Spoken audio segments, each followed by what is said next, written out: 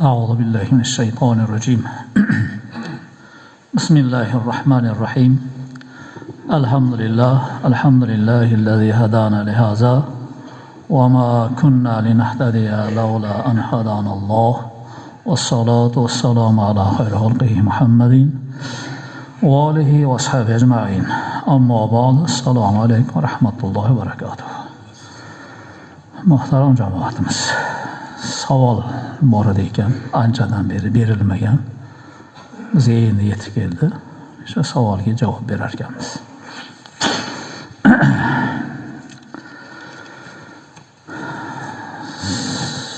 Qaysi biriga birinchi javob berishdi ham bilolmay turibman. Qaysidan boshlangan ekan savoli? Malol ekan birinchi savol. Assalomu alaykum va rahmatullohi va barakatuh. Men adresini aytmay qo'yaray. Shu bir qishloqdan ekan bu yoq. Bizdagi pashti hamma kelinkiyo to'ylarida mast qiladigan ichimliklar qo'yiladi. O'sha to'yga qishlog'imizning imomi va hojilar hamma boradi. O'sha to'yga namozxonlar borishi joizmi? Qishlog'imizning aksari aroq ichadiganlar. Imomlar, hojilar kirgan stolga qo'yilmasa ham boshqa stollarga qo'yilishi aniq. Demak, bizga berilayotgan savol o'sha bir qishloq bor ekan. Qishloqni to'yi shu ichimliksiz bo'lmas ekan. Imomlari ham kirib o'tirar ekan. Hojdan kelganlari ham kirib o'tirar ekan. Oqsoqollari ham kirar ekan. Holbuki u qishloqni deyarli hammasi shu harom narsani iste'mol qiladigan ekan. Shunga biz namozxonlar bormasligimiz joizmi deyapti. Yoki bormasligimiz joizmi degan savol. Avvalambor bunaqa qishloqqa Xudo insof bersin. Hamma yerlarga ham alhamdulillah din yetib borgan. Shu narsani haromligini hamma e'tirof qilgan. Buni oqibati nima bilan tugashini hamma biladi. Lekin qaysidir bir joylarda hali ham shu din o'zini kuchini ko'rsatmagan, ya'ni o'sha joyni ahli ilmlari, kattalari, oqsoqollari, oqsoch onalar shu gapni ta'sirini yetkazmagan deb bilaman. Chunki o'sha gapga gapirgan joylarda natija bor. Shu qishloqni bittasi o'zimiz edik. Bizlarda ham shu va yaqinda bir aytdim-ku, kuyov chaqardi qilib qaynota o'zi qaynag'alar bilan qilib berardi. To'ylarda bo'lardi. Stollarda o'tirilardi. Xudo o'zi kechirsin. Muzikalar bo'lardi, Xudo kechirsin. Aytib, mana Xudo xohlasin ko'p bo'ldi. Goh o'shnaqalar bo'lib qolyapti. Kanda shunday to'ylar, kim ekan desa, Rossiyadan kelib to'y qilyapti ekan deyapti. O'sha Rossiyada yurgan. Shu ma'lumotdan xabar yo'q odamlar qilib qo'yapti. Lekin alhamdulillah ko'p joylarimizda Xudo xolasa shu muzika, aroq degan narsalar yo'qoldi. Endi shu to'ylarimiz ham Xudo xolasa kamchiqimon bo'lib qolyapti. Xotinlar ham tushundi. Foydasi yo'q xarajatni nimaligida. Endi shu bugungi kunda shu anaqangi joylar uchrab turishi tabiiy narsa. Sunnat to'yiga borish sunnat degan qoida bor bizda. Payg'ambarimiz alayhisalom shu sunnat to'ylarga boringlar deb tavsiya qilganlar. Endi shu boradigan joy Payg'ambarimiz alayhisolatu vassalomni kichik pelliklari kim qayerga taklif qilsa borardilar. Hatto o'zlari aytadilar-ki, bir qo'yni paychog'ini pishirib, bitta paychog'imiz bor Rasululloh sizga ilinadi desa, paychoqqa ham boraman men derdilar. Haligi mendek odam shunga boraman demayman degan gaplar bor. Shu narsalarni e'tiborga olib turib ko'pchilik aytilgan yerga bormasa gunoh bo'ladi degan tushunchani egasi. Aytdimi borish kerak, bo'lmasam gunoh bo'ladi deydi. Yo'q, gap unaqa emas. Aytilgan yerga borish sunnat bo'ladi. borsak odamlar xursand bo'lishligi, bir mo'minni qalbiga xursandchilik solish yana bir savobli ish, mustahab ish. Shu shart bilan lekin bizni taklif qilingan joyda shariat qoidasi buzilmayaptimi? O'sha bo'layotgan shu marosim shariatga tushadimi, tushmaydimi? Tushadigan bo'lsa borishimiz kerak. Tushmaydigan bo'lsa bormaymiz. U odamni ko'yini shariatdan ustun emas. Yaxshi bilavering. Qarindoshchilik ham shariatdan, Xudodan, payg'ambar alayhisolatu vassalom ustun emas. Odam shuni yaxshi bilsin. Odamlar aytadiki, qarindosh urug'chi, qudandalachi, mahalla ko'ychilikchi, odamgarchilik chiqib ketamiz deydi. Bu odamgarchilik emas bu. Biz musulmon bo'lganimizdan keyin musulmon odamni maqsadi yaratgan Alloh taoloning roziligi. Musulmon odamning maqsadi payg'ambar alayhisolatu vassalomning sunnatiga ergashish. Bu ikkala zotdan ustun narsa bo'lmaydi. Chunki payg'ambarimiz alayhisalom o'zidan, ota-onasidan, xotin bola chaqasidan, moli dunyosidan meni ustun qo'ymagungacha u odam mukammal musulmon bo'lmaydi dedilar. Tushundingizmi? Mukammal musulmon bo'lish uchun hamma yoqdan u zot ustun qo'yishimiz kerak. Payg'ambarimiz alayhisalomni hamma narsani ustun qo'yish, bu yaratgan Parvardigori roziligiga erishish. Oyatlarda Alloh subhanahu va taolo payg'ambarimiz alayhisolatu vassalomga itoat qilishni aytadi. Hatto Alloh taolo bir oyatda shu mazmunda aytadiki, ayting yo Muhammad alayhisalom, in kuntum tuhibbunalloh, agar sizlarni Allohni yaxshi ko'radigan bo'lsalaringiz, sizlar ati'uni, menga itoat qiling, yuhibbukumulloh. Menga itoat qilsangiz, Alloh sizni suyadi. Va yaghfir zunubakum, va yaghfir lakum zunubakum. Va sizlarning gunohlaringizni Alloh kechadi deyapti. Demak, Alloh o'zi ta'lim beryapti. Allohni yaxshi ko'raman desa, bu ummatlaringiz sizga ergashsin. Sizga ergashsa, men yaxshi ko'raman va gunohlarni kechiraman deyapti. Demak, siz bilan biz Alloh subhanahu va taoloni roziligiga erishishimiz uchun va bizni gunohimiz Alloh taolo kechishi uchun qo'yilayotgan shartning bittasi payg'ambarimiz alayhisolatu vassalomga ergashish. Endi shu payg'ambarimiz alayhisolatu vassalom mana shunaqangi to'yga borgan bo'larmidilar? Bu aroq degan narsaning kasofati shunchalar yomonki, naqliy sahobiylardan kelayotgan asarlar shular aytadiki, shulardan bittasi Ibn Mas'ud roziyallohu anhu aytadilar. Allohga qasam deb aytadilar. Aroq ichib o'lgan odamni qabrga qo'yganingizdan keyin qabrni ochib qarasangiz, yuzi qibladan o'girilgan bo'ladi dedilar. Musulmonni yuzini qiblaga qaratib qo'yamiz, bilasizlar? Bosh tomonga, yelka tomonga turpoq suyab qiblaga qaratib qo'yamiz. Allohga qasam bo'lsa, ming qiblaga qarat, baribir Xudo taolo qiblani o'girib tashlaydi, aroq ichib o'lgan dedilar. Aroq shunchalar yomon narsa. Alloh subhanahu va taolo Qur'oni Karimda aroqni harom degan. Payg'ambarimiz alayhisalom muborak hadislarda butun gunohning onasi, ya'ni boshlaguvchisi aroq deganlar. Shu aroq ichiladi, hamma eshik ochiladi. Ali roziyallohu anhu aytadilar. Agar dedilar, bir dengizga bir tomchi aroq tushgan bo'lsa dedilar. Dengizga bir tomchi tushgan aroq hech narsa emas. U suvni makruh ham qilmaydi. Shariatda qoida suvni makruh ham qilmaydi. Tushunasiz? Chunki fiqhda qoida bor. 10 avyonda bo'lgan suv bir qarich bo'lsa chuqurligi. Endi u yoqqa ham bu yoqqa ham 10 gaz. Ya'ni biz tilda u yoqqa 7 metr, bu yoqqa 7 metr chuqurligi bir shibr deydi, 20 sm, 15 sm-chalik bo'lib, suvni shundoq qo'liga olsa, tagi ko'rinmaydigan darajada suv bo'lib, u chekasiga najosat tushgan bo'lsa deydi, bu chekasi to'g'ri bo'laveradi, halol deydi.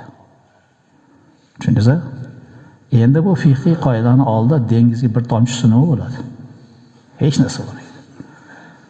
Ali aytadi roziyallohu anhu, ana shu dengizga bir tomchi aroq tushsa, shu dengizni to'lqini mavji qirg'oq qurib, qirg'oqdan bitta ko'kat o'sib chiqsa, shu ko'katni bir qo'y yesa, men shuni qo'zisini yeyman, taqvo qilaman dedilar. Ichgan odam nima endi buni oldi? Taqvoni ko'ryapsizmi? O suvga tushgan hech narsa emas.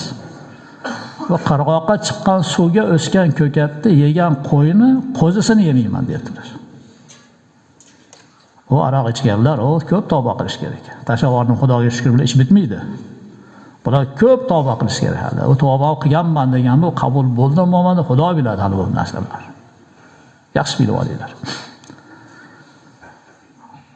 O'zimizning mazhab boshi Abu Hanifa Imom Azam rahmatullohi aytadilarki, manoqiblarda keladi. Bu kishining davrlarida shu dengizga kofirlarni shu aroq yuklab ketayotgan bir kemasi cho'kib ketar ekan. Shunda bu kishi baliqchilarni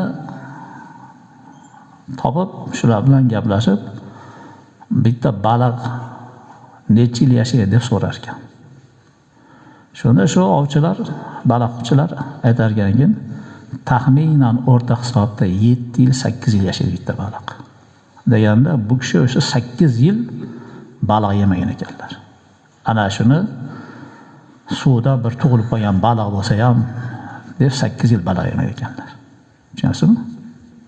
Yana qayta aytaman. O ichganlar. Tashavordim deb xursand bo'lib xotirjam bo'lmang.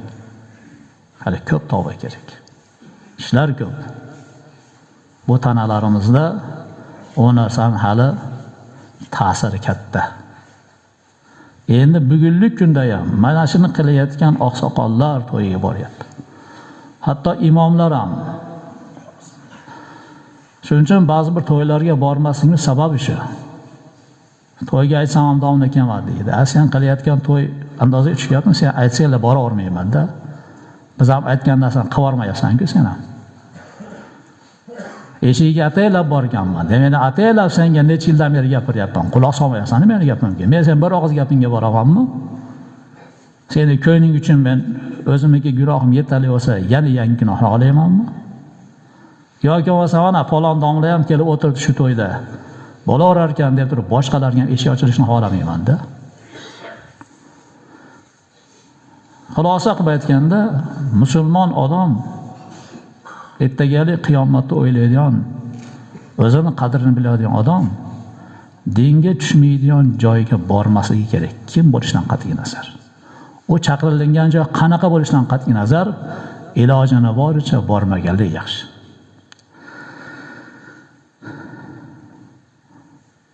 Amr ibn al-Haris dan rivoyat qilinadi. Inna rajulan da'a Abdullah ibn Mas'ud ila walimatin. Bir odam Abdullah ibn Mas'ud radhiyallohu anhu ni valimaga chaqirdi. Valima deb to'yni, dasturxonini, nikoh to'yini dasturxon valima deydi. Demak, nikoh to'yiga solingan dasturxonga Ibn Mas'ud radhiyallohu anhu chaqirgan ekan. Falamma ja'a liyadkhula sami'a lahwan falam yadkhul. Bu kishi kelib shu to'yga kiradigan paytda qoloqlariga shu to'yni ichida muzika bo'layotganini eshitar ekanlar. Va to'yga kirmas ekan. Faqila lahu lima raja'ata. Uni ko'rganlar, kirganim kelib, kirmasdan qaytayotganini ko'rganlar. Ibn Mas'ud radhiyallohu anhu ga nimaga qaytdingiz? Kelgandan keyin to'yga kirmasdan deyishgan ekan. Shunda bu kishi aytgan ekan: "La anni sami'tu Rasululloh sollallohu alayhi vasallam yaqul." Albatta men dedilar, Payg'ambarimiz alayhisolatu vassalomni shu muborak hadisni aytayotganini eshitganman. Man kassara savada qawmin fa huwa minhum. Kim bir qavmni qorasini ko'paytirsa, ya'ni bizda sonini ko'paytirsa, bu o'sha qavmdan deganlar.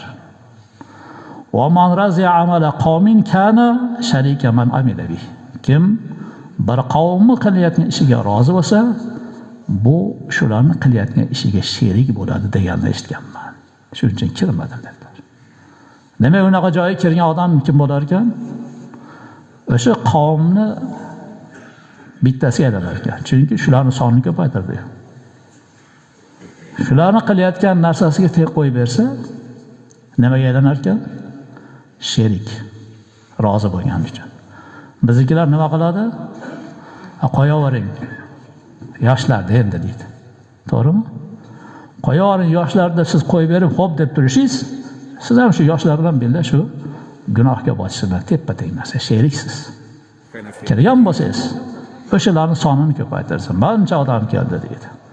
Ayniqsa muqtadolar, ya'ni odamlarga o'zini ta'siri katta, odamlar unga qarab ergashadigan toifadagi domlalar, hojakalar, oqsoqollar, yurt tepasida turadigan kattalar, boobro'li odamlar borar ekan, xalqqa eshik ochiladi. Ana falonchidek odamlar keldi. Falonchi bilmaydimi? Pistonchi o'qimaganmi? Shundan ham sen zo'rmisan? Shundan ham ilmlisan deb turib, haligi sodda odamlar taqqos qilib turib, buni bilag'on, bormagan bilmaydigan qilib yo'l ochadi. Shuning uchun shunaqangi borayotgan katta domlalar, oqsoqollar, hojakalar qadamingizni o'ylab bosing. Boshqa odamlarning gunohkor bo'lishiga sabab bo'lmang. Tushuntira oladimmi? Bormang. Kim aytgan bo'lishidan qat'iy nazar bormang. Yana bitta gap keldi shu yerda.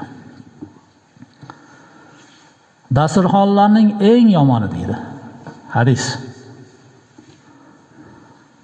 Boylar chaqirilib, sara odamlar chaqirilib, shu dasturxonga muhtoj bo'lgan sodda xalq, bechora kambag'allar aytilinmagan dasturxon eng yomon dasturxon, shunga kirmaydi degan qoida bor. Ko'nglariga kelsin kimdandir. Dod desa desin. Aytadigan gapimiz shuki, bugungi kunda kafelarda to'y qilyapmiz. Restoranlarda to'y qilyapmiz. To'g'rimi? Kafe, restoranga mahallaning yosh bolalari boradimi? Kambag'allar boradimi? Qator bo'yni yo'g'on, vich-vichlar turamiz. Obro'lilar kirib boramiz. O'sha dasturxondan biz to'qmiz. Lekin shu dasturxonni ko'rib bir quvonadigan el kiradimi, kirmaydimi? Bir. Ikkinchisi, shu dasturxonni uyingizda solsangiz, mahalladagi yosh bolalar kiradimi, kirmaydimi? Kiradi. Xursand bo'ladimi, bo'lmaydimi? Shu bolalar uydan bir idish ko'tarib chiqib, mahalla shu to'yni sho'rvasidan, oshidan uyga olib kirsa, shu uydagi to'yga chiqolmayotgan, hijolat bo'layotgan qizi kelinlar xursand bo'ladimi, bo'lmaydimi? Qancha kasallar shu bahonada oldin 50 yoshlar o'rtada turib, palonchiga xabar olib qo'y, kasal chiqmadi. Pistonchiga xabar olib qo'y deb buyruq berardi oldin 50 yoshlar. To'g'rimi? To'yni 50 yoshi boshqarardi. Va 50 yoshi mahalladagi har bir xonadondagi kasalni chiqolmagan hammasini e'tiborga olib, shuni yo'qlash uchun shu to'ydan narsa chiqarardi. To'yni egasi qulluq deb turardi, keyin 50 yoshga xizmatingizga deb chiroyli qilib kishini rozi qilib chiqarib olardi. Bugungi kundagilar 50 yoshdan so'rayaptimi? So'ramaydi. Tartib yo'q. Pul topgan, eshigini katta ochmay kerak bo'lsa keladi. Yo bir imomdan so'rayapti, vaqtingiz bormi yo'qmi dedi. Yo maslahat so'rayaptimi, qanaqa qilamiz dedi. O'ylangchi endi. Oqibat nima bilan tugaydi endi? Kattalar kirmaguncha osh buzilmasdi. Kattalar kirmaguncha sho'ro quyilmasdi, to'g'rimi? Hozir masjiddan chiqsangiz, odamlar sho'ro ichib, og'zini mana artib kelayotgan bo'ladi. Namoz o'qimagan yoki namoz chaloq kirib ketganlar sho'ro ichib bo'ldi. Bu sho'raga duo qilib barakot bersin, savob bo'lsin, ahvol ko'hva deydigan katta odamlardan nima duo olinmayapti? Shu urflar nima yo'qolib ketdi? Pul topib esli bo'lib qoldim bular. Rozi bular shunaqangi esli bo'lib mahmadona qilar ekan, bizni qadrlamas ekan, biz u to'yga kirmaymiz. Qadrimizga yetsa, biz ham qadrlaymiz. Shuning uchun musulmonmiz aka-ukalar. Musulmoncha yashaylik. Musulmoncha olamni o'taylik. Alloh taolo oqibatimizni ham musulmonlardan qilsin. Yana bitta savol ekan shu.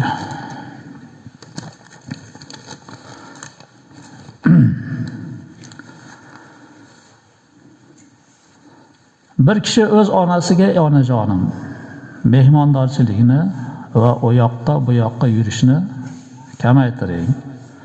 Qazo namozlaringizni o'qing desa, onasi o'g'liga qarab, shuncha ayollar yuribdi-ku, men ham birga yurmaymi deb onasining ko'ziga yosh keldi. O'g'ilni onasini qabrda azoblamasligin degan ma'noda gapirgandi. O'shani hukmini tushuntirib bersangiz deyapti.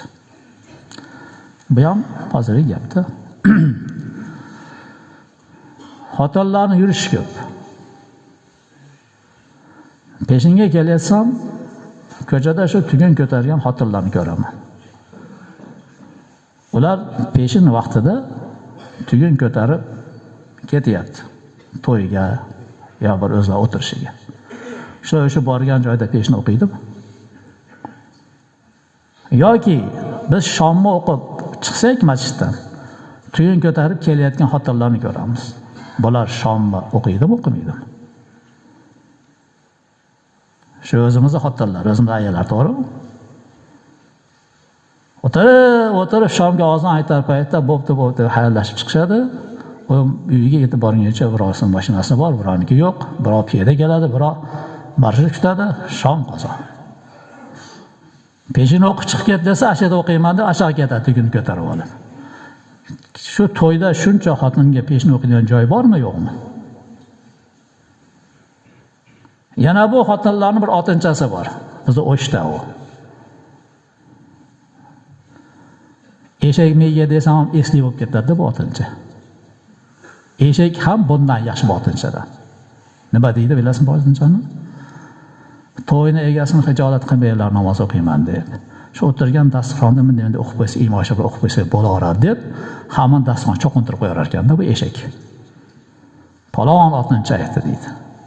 Otincha bo'lmay o'lsin, kasobat. Shu otincha aytmaydimi? Uyda peshni o'qib kelaylik desa bo'lmaydimi? Yana bularga hayron qolasizki, siz bilan biz ertaman nonushtaga kirgan bo'lsak, o'zi bilan yarim soat chiqib ketamiz. To'g'rimi? Bular peshindan oldin borib, shomgacha o'tiradi, hayronman-da. Nimaga ketmas ekan bular?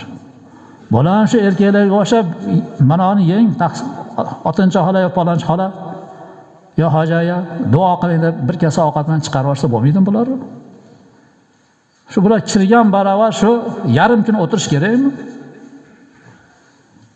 Bular torat qilmaydimi, men hayronman.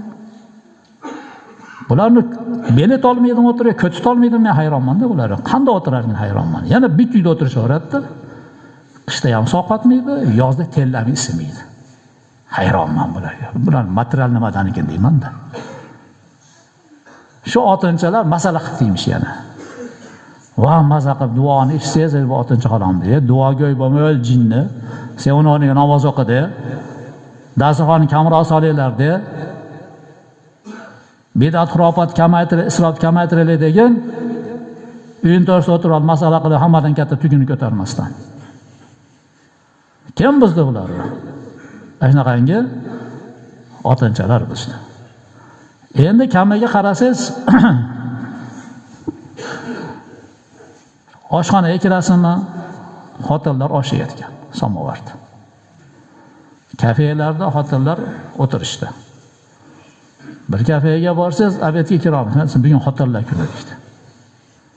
Bir kun nima aytdim, bu xotinlar kuni ham bo'ladimi desam, bittasi aytgan, sizlar ham juma kuni egallayasizlar deyapti. Ha, biz erkak juma kuni hop jumadan chiqib endi bir kirgandirmiz. Bu xotin kishi qanday egallaydi uni? Yana qaysi xotin egallaydi bilasizmi? Hojidan kelganlar hoji o'tirishini o'tkazyapti emish. Umradan kelganlar umra o'tirishini o'tkazyapti ekanmish. Shu uyda o'tkazsa bo'lmaydimi shuni? O'tiribmiz. Va sheriklarga bir jumali masala bo'ldi menga dedi. Bitta xotinni olib kelishdi. Endi uni 3 kishi sudrab chiqib ketyapti plombadan. Chiqa olmayapti. Uni suv u yoqdan itaryapti. Ikkitasi qo'lto'lagan, bittasi oldidan tortayotgan. Mashta qilib hali yoqdan chiqib qarab, nima qarang dedi. Nafs uchun ikkinchi etaj chiqib ketyapti. Yo uchinchi etaj chiqyapti shu. Nafs uchun. Agar bunga namoz o'qi desangiz, o'tirib o'qiydi. Agar o'qisa, bo'lmasam Xudo kechirsin men kasalman deydi. Yegani borsang sog'san. Namozga yana kasalmisan? Haji umraga borsa, masjidga bormaydi bular. Gassada o'tirib namoz o'qib qo'yadi desa, men kasalman deydi. Bo'pti, kasal ekan, gassada ibodat qilyapti ekan, Xudoga shukr desangiz, magazindan yurgan bo'ladi-da, o'zidan katta tuguni ko'tarib oladi. Magazinda yursa bo'laverar ekan. Ibodatga borsa kasal ekan. Yegani borsa bo'laverar ekan, namoz o'qisa kasal ekan.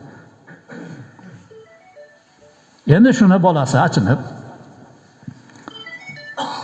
yurishingiz kamaytiring. Shuni o'rniga namozingizni o'qing, qazolaringizni. Alloh tavbangizni ko'paytiring desa, hamma yuribdi-yu deydi. Deyapti. Hamma botsa, botaveradimi bu xotinim? O'zi bir Xudoning huzuriga bir yorug' yuz bilan borishni ko'yini ko'rmaydi. Qazosini o'qisa bo'lmaydimi? Kecha juma aytdim men. Haftalab bor bir yer dam olgan vaqt topding. Ammo qancha qazoing bor nomard? Qazo o'qi desa vaqt yo'q, ish ko'p deysan. Dam olding-ku. Qazoingni o'qiding shu vaqt ichida. Shu xotinlar qazo namozini o'qisa nima bo'ladi?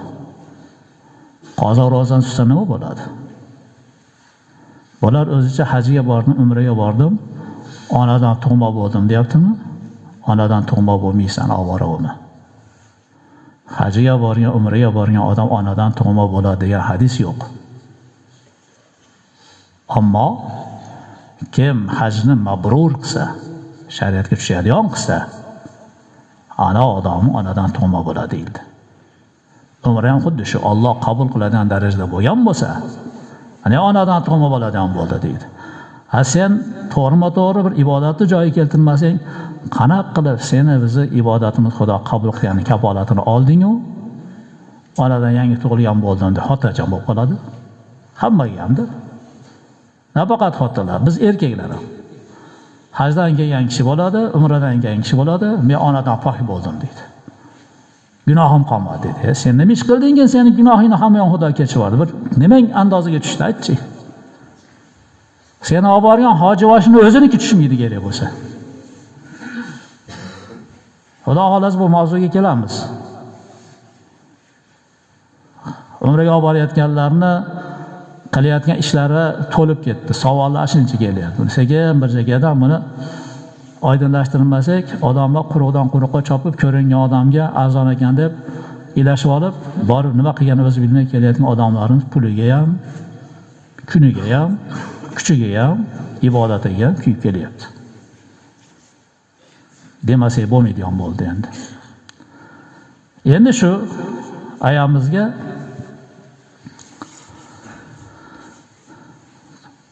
jidcha bir o'sha gapiradigan ukamizdan odob so'raymiz biz. Nimaga odob so'raymiz deyilsa, ota-onani hurmati Alloh taolo tomonidan siz bizga qo'yilgan hukm. Ota-onaning roziligi, yaratgan Parvardigor roziligi. Bu qoida, hukm bu. Endi ota-ona kofir bo'lsa-chi desa, u ham xuddi shuni olib keladi. Luqmon surasida 14-15 oyat kalima bor. Shunda aytiladi ekan, anishkurli, astagfirullah, anishkurli va la valadayk ilayhil masir. Menga shukr qil ey bandam. Ota-onangga ham shukr qilgin. Meni huzurimga qaytmoq. Qaytish meni huzurimda. va in jahadaka ala an tushrika bi ma laysa laka bi ilm fala tutihuma. Agar ota-onang ikkalasi seni menga shirk keltirishga jiddiy jahd bilan harakat qilsa, ya'ni Allohga shirk keltirishga dalolat qilib mushrik bo'lsa ota-ona, u dinni tasha, buni qil, uni qil deydigan bo'lsa va senda o'shalar aytgan gapga rioya qilsa bo'laveradi deydigan shar'iy bir ma'lumot bo'lmasa, ular gapirayotgan gap shariatga tushmasa, fala tutihuma, o ota-onangga itoat qilma. Va sohibhuma fid dunya ma'rufa, va bu dunyoda ular bilan chiroyli yasha deyapti. Nima uchun? Otang, onang ular. Mushrik bo'lib sen shirkka dalolat qiladigan ishni buyursa ham, egalar jiddiy jahd bilan sen mushrik bo'l desa ham, shariat ruxsat bermaydigan ish bo'ladigan bo'lsa, quloq solma, lekin gap qaytarma. Chiroyli muomala qil, deyapti Xudo taolo. U to'g'rilik masala ko'tarsangiz ko'p chiqadi. Ba'zi oqimlar bor, otamni ham enamni ham o'ldiraman, Qur'onda shuni buyurgan deydi. Mana senga Qur'on nimani buyuryapti? Ota-onani o'ldirish mumkin emas. Ota-onani o'ldirish mumkin emas. Agar chandiki jang maydoniga chiqsa ham, mana kechagina ular o'qishdi shuni. Jihod bobini o'qidi. Mushrik ota bola bir-biriga ro'para kelganda, bola otasini o'ldiradimi, o'ldirmaydimi? Jang maydonida ro'para bo'ldi desa, bola otasi jang qilayotgan joydan boshqa o'tib jang qilsin deb ro'para kelmasin bolasiga, otasiga deyapti. Otasi istab yurishi musulmon bo'lgan bolamni o'ldiraman deb kelsachi desa, o'zini himoya qilsin deyapti. Himoyalanishning iloji qolmasa, otasi baland kelib, bu himoyasi ham zaiflashib, otasiga qilich ko'tarmasa bo'lmaydigan darajaga kelganda, ularni o'ldirsa mayli deyapti. Ochiqdan ochiq jang maydonida o'ldirma deyapti. Ha, bular nima qilyapti? Uyda o'tirgan otasini o'ldiraman deydi bular. Ha, desa benamoz, alkash deydi. Bu benamozmi, alkashmi sen dadang bu. Bozormi, fohishami, rasomi, marazmi seni enang bu. Hurmat joyiga qo'yishing kerak, xizmatini qilishing kerak.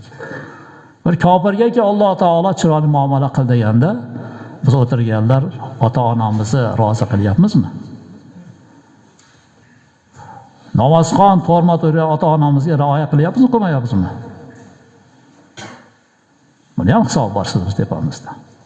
Endi shu savol berganga biz gapiradigan gap shuki,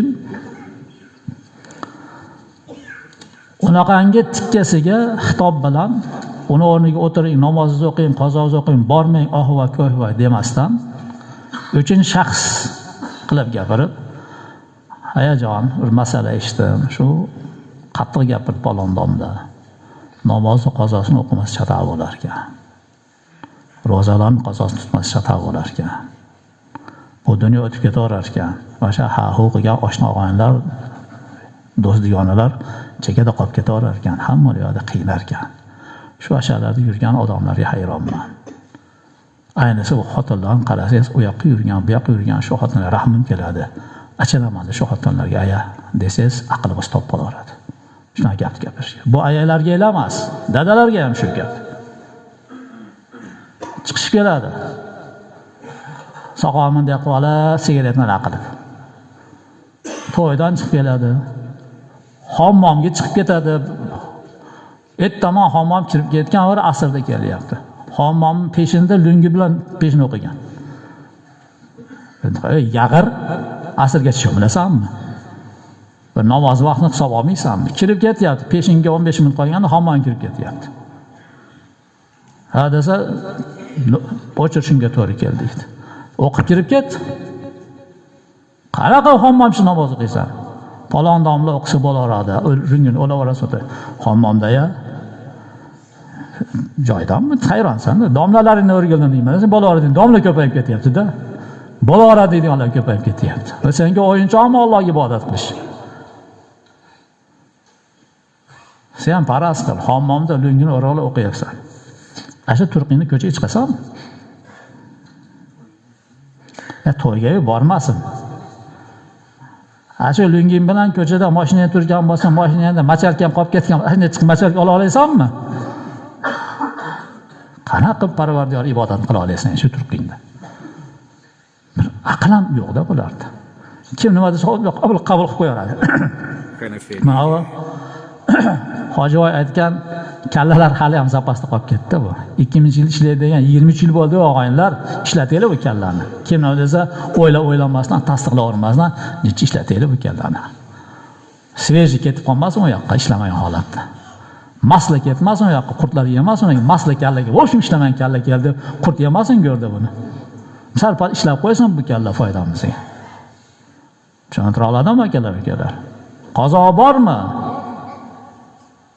Boradigan joyini kamaytiring. Boradigan joy shariatga tushmaydimi? Umuman bormang. Bekar laqillab o'tirgandan ko'ra, uyingizda qazoyingiz o'qing. Qazoyingiz qolmagan bo'lsa, ibodatingizni ko'paytiring. Sizga bizga kerakligi shu. Umuman hech qayerga borma demayman. Boring. Kitobga tushsin. Vaqtingiz behuda ketmasin. Umringiz bekardan bekar o'tmasin. Oxiratni o'ylaylik akalar. Xudo hammamizga insof bersin.